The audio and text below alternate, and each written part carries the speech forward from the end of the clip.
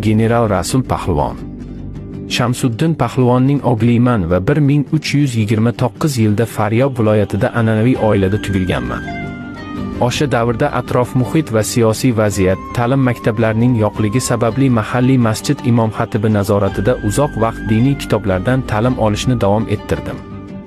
O'shanda bu zamin aholisi Qizil armiya aralashuvi tufayli istiqlol, xavfsizlik va iqtisodda jabr ko'rgan, mamlakat xavfsizligi tashvishlari, tartibsizliklar bilan qamrab olingan edi. Bu zaminda hech bir fuqaro asl fuqarodek yashamagan. Bu orada endigina hayot quvonchini totib, yoshlik yo'liga qadam qo'ygan edim. Yurtning, xalqning ahvolini ko'rib, doim dard chekardim. Men markazlashgan hukumatga ishonmasdim. Tohir Badaxshiy kabi mening fikrim ham federativ edi.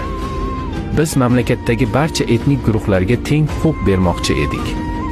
Men esa bu e'tiqod uchun umrimning oxirigacha kurashdim.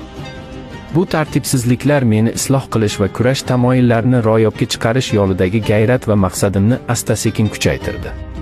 Xavfsizlik, iqtisod, chinakam mustaqillikka erishmasdan turib, demokratiya va davlatchilik holati hech qanday yaxshilanmasligini bilardim. Xuddi shu jarayonda mujohidlar guruhi bilan birgalikda o'sha davrdan boshlab Qizil armiyaning so'nggi bosqichlarigacha janglarda qatnashdim. Qizil armiya tugatilib, doktor Najibulloh hukumati o'rnatilgach, general Do'stum boshchiligidagi do'stlarim bilan yangi hukumat a'zosi sifatida mamlakat shimolida qatnashdim. Vaqt o'tdi, o'rtoqlarimning bunyodkorligi, yurtga, uning xalqiga bo'lgan halolligi mening markaziy hukumatdagi obro'-e'tiborimni mustahkamladi. Va 53 piyoda diviziyasi hamma joyda jasorat va qahramonlik ko'rsatdi. Ayni paytda markaziy hukumat ko'plab insonlarni harbiy unvonlar bilan taqdirladi va menga general unvoni berildi.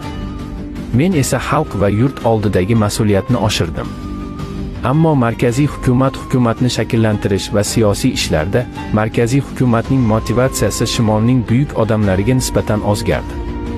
Bu odamlarning iltimosiga binoan markaziy hukumat bu huquqni qabul qilmadi va bu yillarda bizning boshchiligimizdagi shimol kuchlari bilan markaziy hukumat kuchlari o'rtasida janglar bo'ldi.